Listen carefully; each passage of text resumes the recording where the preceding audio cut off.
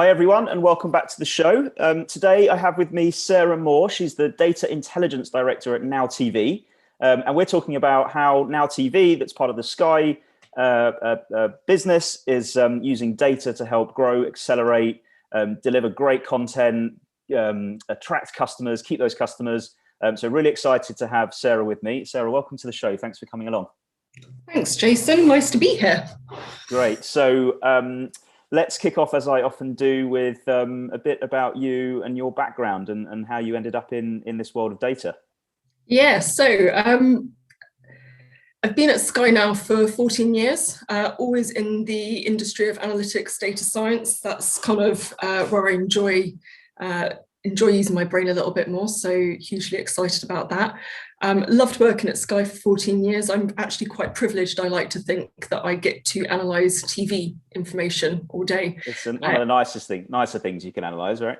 Really is. If all of the things I'm going to look at data about, watching how people view content, how they engage with it, how they engage with the product experience, it's definitely a little bit more interesting and relevant, and actually helps motivate the team quite a bit. So yeah, been working in the TV side of things for 14 years. Before that, I worked in the financial industry, so HSBC, looking at kind of credit risk, pricing, credit cards, etc.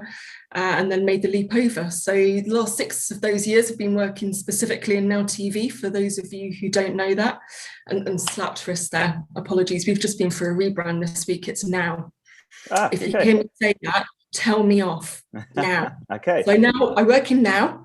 Well, I'm going to need to be. I'm a customer of Now TV or Now, so I'm going to need to be re-educated that, because I'm probably it's going to be difficult for me to switch over.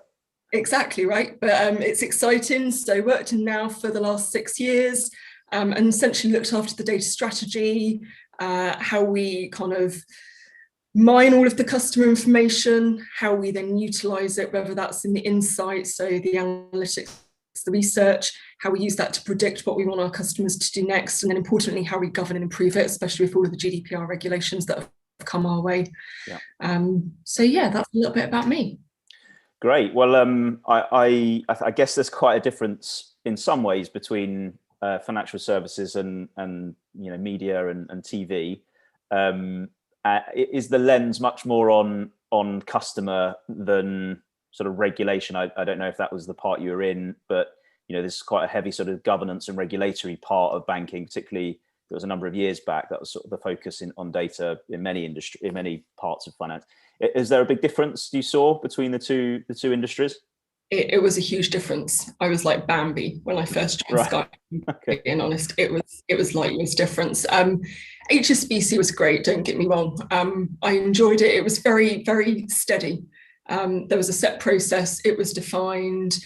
Things took time because you were regulated more heavily. I was quite junior there, so a lot of the stuff that I was doing was around kind of looking at the actual analytics itself back in the day.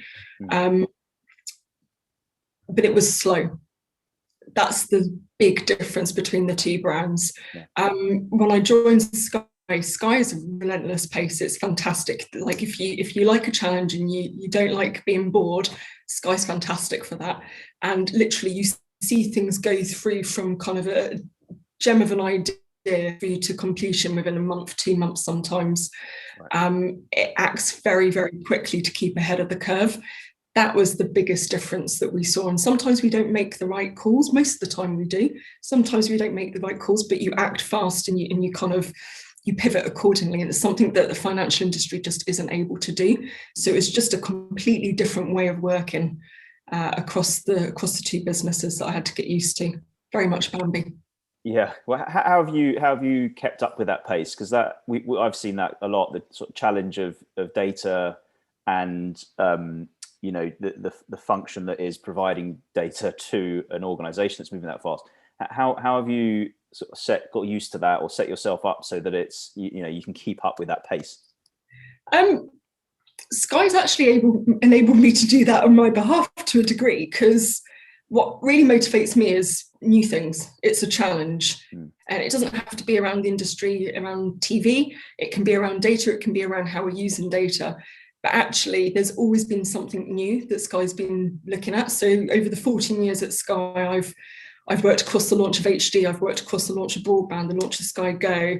I was building kind of viewing capability, which at the time was Europe's largest ever viewing panel. We didn't have all of the streaming capabilities with census information then.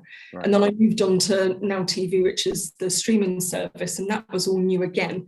So actually there's always been a slightly different goal that you set your mind to, which basically keeps the motivation and the buzz going. And there is a buzz that you get in the atmosphere, like walking in, you got the bubble with the newsroom right in front of you. It's just something about it that gets your energy going. So it's actually been quite easy over that period, but you do need to recharge. So actually Sky do a lot for you. They talk about energy management a lot. I don't know if you've come across this concept, but just around survival modes, rest modes, high energy and high motivation modes. And self-confessed massive introvert here. What I've realised is I need my recharge moments a little bit more than some of my peers do in Sky. So if I take myself off into a quiet corner, there's a reason for it. So I often do that. I take advantage of that and kind of just manage where I want to show up and where I know I need to bring my A game. And if I can do that, plus the natural buzz that you get from being in the business, it's actually worked out quite well. That's good. So culturally, it's set up well to deal with pace, both in terms of being able to execute, but also that sounds like that understanding that from a personal perspective, it's difficult, can be difficult, is difficult to continually be at that pace. So there's a sort of recognition that people need to reflect, recharge, think, have space to do that. Very much so, very much so. And I think the journey on it is that everyone reacts differently to it. So you just need to be quite aware and open-minded about it all. But there's never a shortage of anything to do.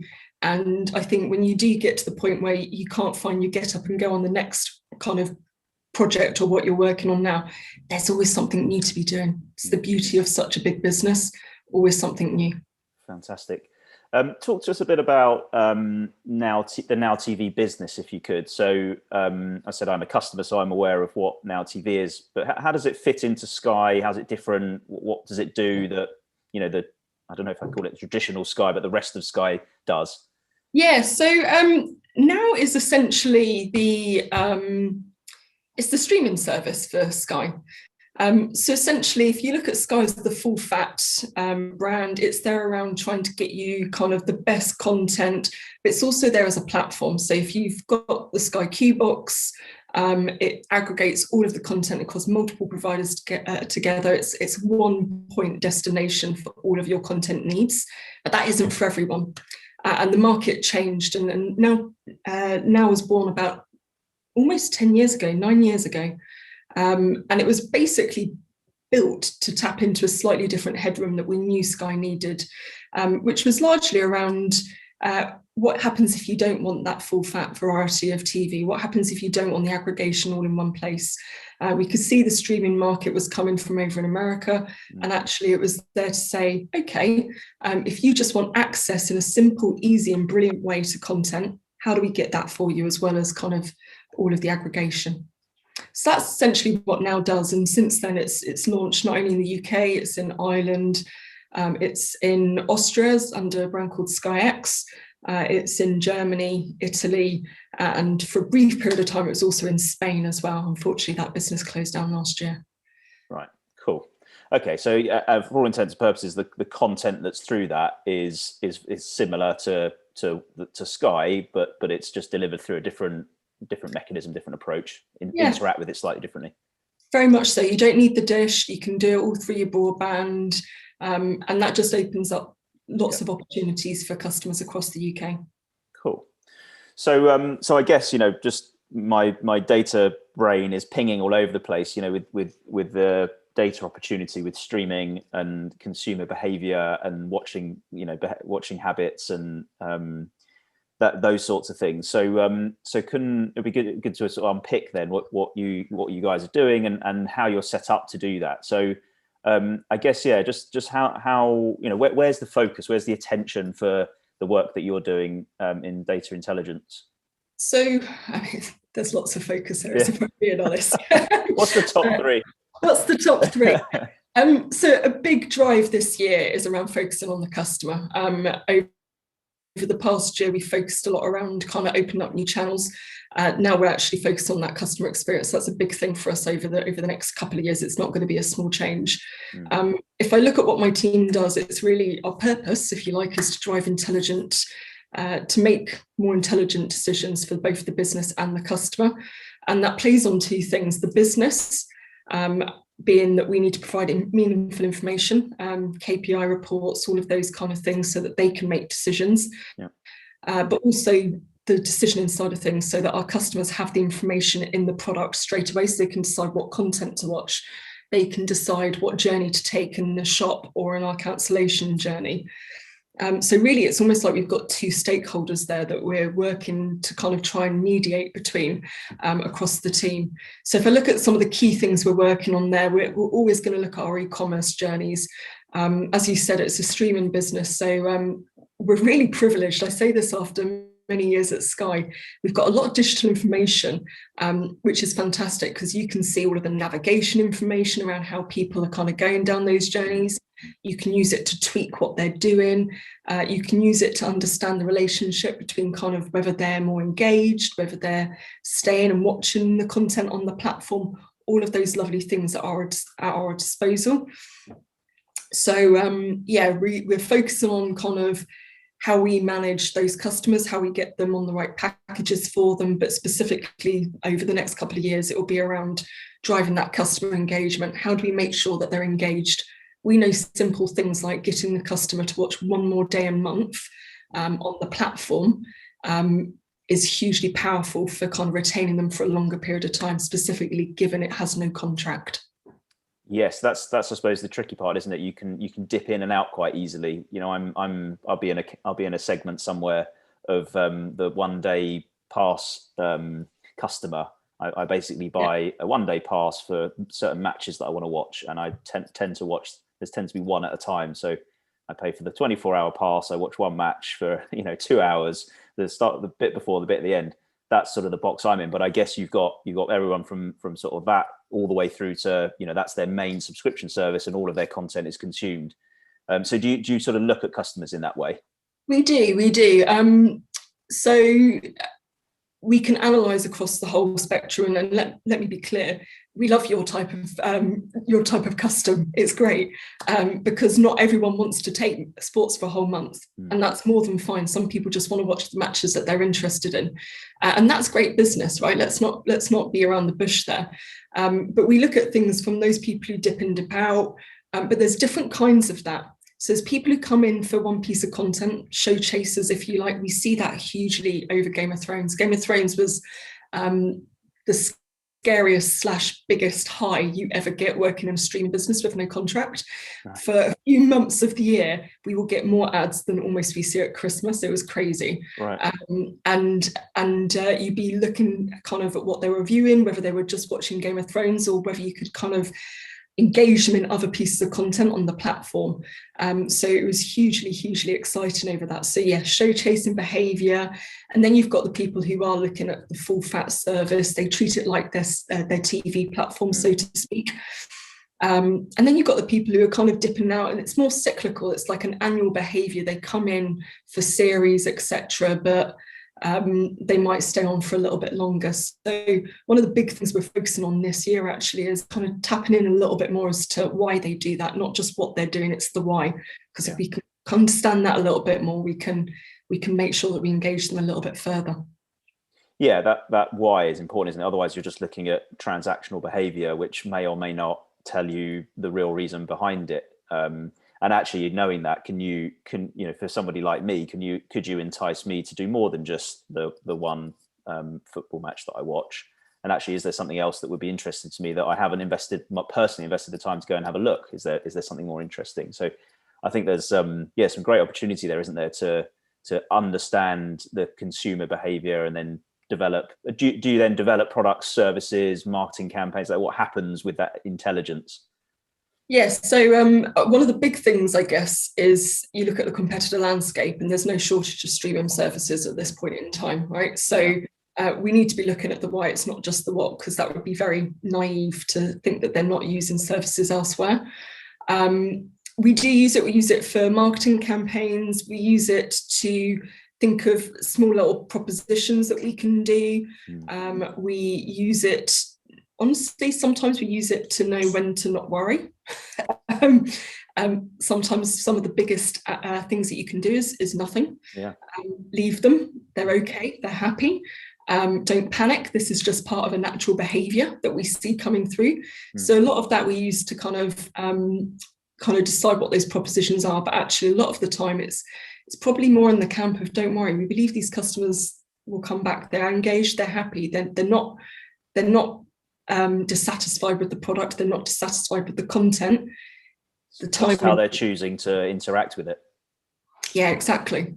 Do you see differences? I think you mentioned during UK, Ireland, Germany, some other parts of Europe, I think you mentioned. Do you see sort of regional differences then, geographical differences, territory differences in how people interact with content? Or is it is it more actually, other demographics other than geography that sort of tends to drive it? So the content can differ per each territory, not massively, but like Ireland will have a suite of their own channels that they have access and rights to that the UK won't. Right. You also have to worry about the portability of the content and so on, around how you can use it across Europe. But having said that, how people consume TV generally seems to be consistent. The more you watch, the more engaged you are. I think what tends to impact those territories a little bit more is the market. So what the uptake is of other streaming services. Right. That impacts kind of how consumers perceive now in that territory. In the big thing actually also is exclusivity of content. Whether we've already sold the rights elsewhere, we know that if we've got exclusivity of content, then actually the proposition stands out. It gives people a reason to purchase. But no, I don't think it's the content, how customers behave. I think it's the market that they're in. Yeah. Sky X in Austria is slightly different. It's mainly in Vienna, which is a great thing, because actually you can't get the dishes because they're so the properties are period properties. Right. You can't get as many dishes there. Right. So, great opportunity there. Streaming, yeah, it was great for them, right? Yeah, so almost competition is good in that respect for you, in that if people are more used to streaming as a medium for consuming content, then there's an opportunity at least to identify customers and content for those customers that supports what they want to watch. It just happens to now be through streaming. Very interesting. Yeah, really interesting. And how I suppose from like a sophistication point of view of the analytics there that you're doing, is this are you at base level 1 and actually at the moment it's just about understanding that behavior and trying to sort of identify some nuggets in there, or are you is data sort of plugged in really sharply to website or marketing campaigns, or how sophisticated is what you kind of have got and developed in terms of the outputs that you're producing? Yeah, so look, it's been a massive journey, and it's always an evolution, right? You never quite crack it because there's always something new to do. I'd say we're pretty sophisticated. So my team is built up around the concept of understanding our customers. Then we try and standardize and align that information across different territories, making sure we've got consistency in the way that we capture data, that we report on information. Right. And then we try and predict what the customers are going to do next, or at least predict where we think we've got the most opportunity to influence them. And that's used in our e-commerce journeys. We're using it to drive kind of cancellation journey, and the journey that you see, whether it's content, whether it's kind of additional services, whether it's discounts, those kind of things we'll do. And then in the product itself, so there are content recs in the product. We will play with the home pages a little bit, just to make sure that they're dynamic, they're aligned with the passes that you're accessing, the different memberships that you've got.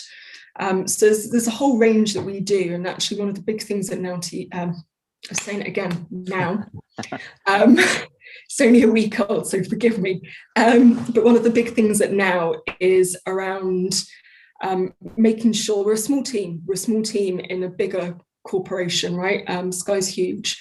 And the big thing that we try and do is democratize data as much as possible in all of that. Right. We want as many people to have access to kind of feel empowered to use this information to better the experience. So we really work hand in hand with those business partners. I hate that term, but our colleagues, we work hand in hand with them to make sure they've got access to that information. And as I said, we'll tweak. We've got a series of models, series of predictive capability that we use. I think the next journey in that for us will be around how we try and drive a consistent experience across all of those channels and those touch points. That's kind of the trajectory for the next few years, but right now we can definitely dynamically enhance each of those individual journeys. Yeah, oh, that's great. So it sounds like a combination of visibility and reporting and metrics and insight for the organization, democratizing that data out to your colleagues, your other teams, the business units, people who own the product, but also creating some intelligence that sits behind the experience that the customer has. And in that sort of democratization, just interested to explore that bit actually. So is this about giving insight to people so that they can make their decisions, or is this about creating better products and services in sort of collaboration with the sort of the rest of your business? It's both. Right. So we have a more traditional insight team. They act more like a consultancy with those different teams. Okay.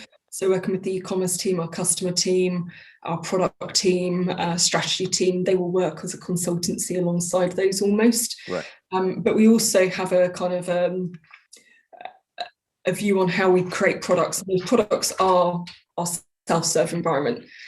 So we use Tableau as a front end. And essentially we have this kind of concept of choose your own adventure. I don't know, and this sometimes shows my age, I talk to my team about this and they look at me with blank faces. But if you were a kid growing up and you read those books, then you get to the end of the first chapter and it would say, if you want to follow this plot, go to this chapter. If you love those, yeah. Exactly, right. So I grew up reading those, which I love. So the whole point of our self-serve strategy is to try and mimic that, if you like. So the idea of these parent dashboards that focus on key KPIs, key metrics that we need to track, how long the customer's been with us, what they've watched, how many new customers have joined us and kind of were they previously a customer before. Those are the kind of the parent dashboards that we would have. And then we start breaking it down to kind of a level 2, a level 3. And the idea being that you can click through the framework in Tableau across the different dashboards. Right. That's kind of what we're trying to achieve and what we've got out with the different colleagues across the business. Great. On those, that's really interesting. So it's more like an application that you've built where it guides people on a different journey based on who they are and their role, that kind of thing. Not necessarily. I wouldn't say it's as smart as an application, right. But the idea is that it's got pointers. So we know a nice link in with kind of, if you're looking at retention KPIs, is to understand, okay, well, why have they stayed a little bit longer? Are you interested in the system side of it? Did they pay us? Right. Or are you interested in the engagement side of it? How much were they watching? How many days did they go in through that month?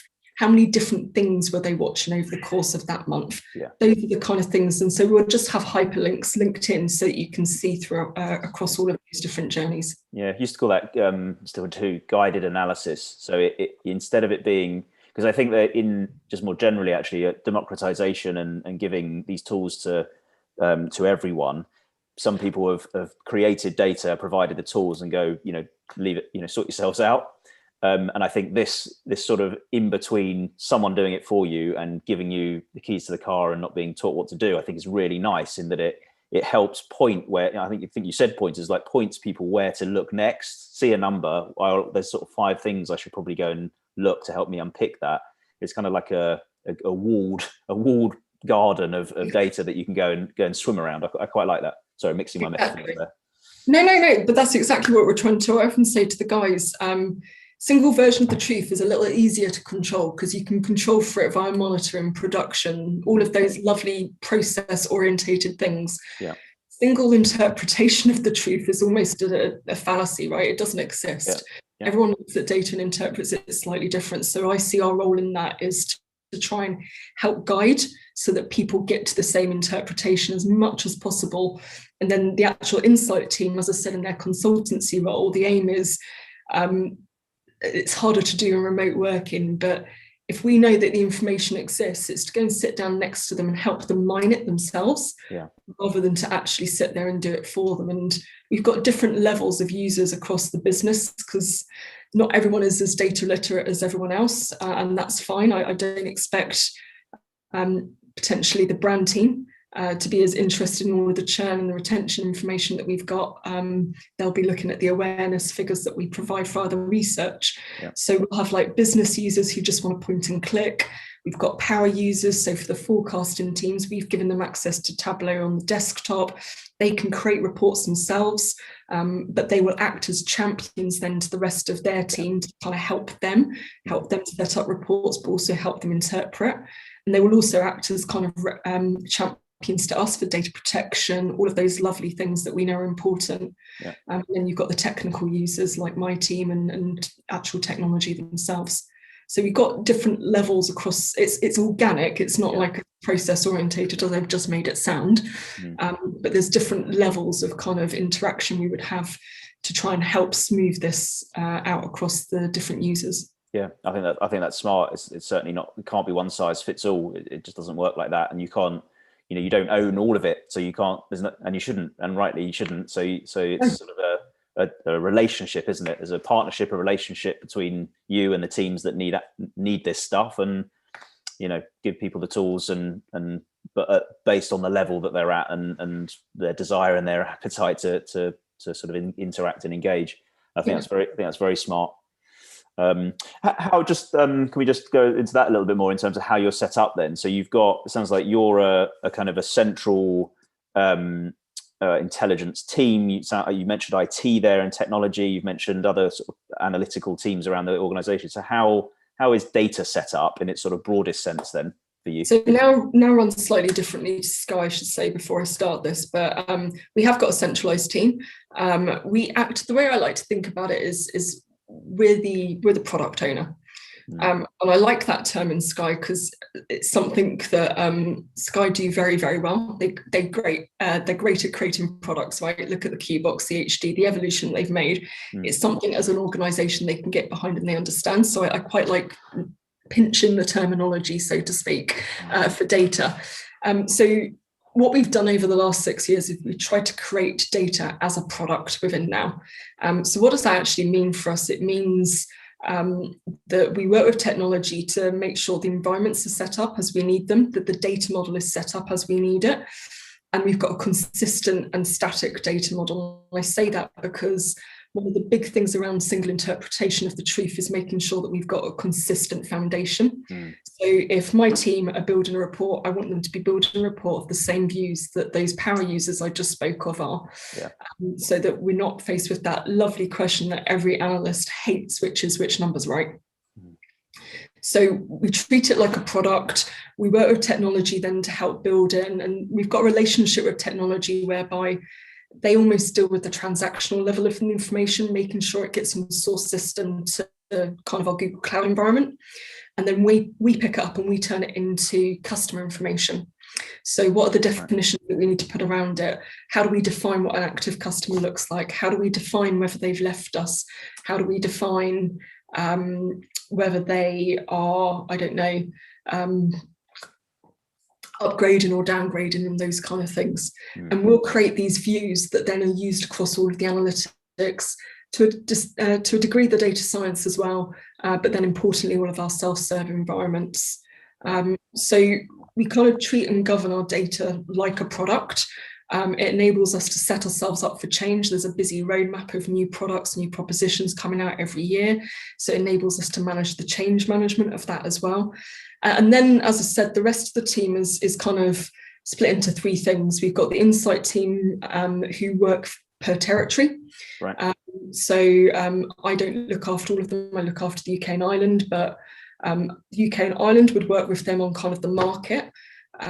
They would understand kind of what that market looks like, what the customer behaviours are right now, kind of where we are tracking against kind of some of our metrics around engagement, etc.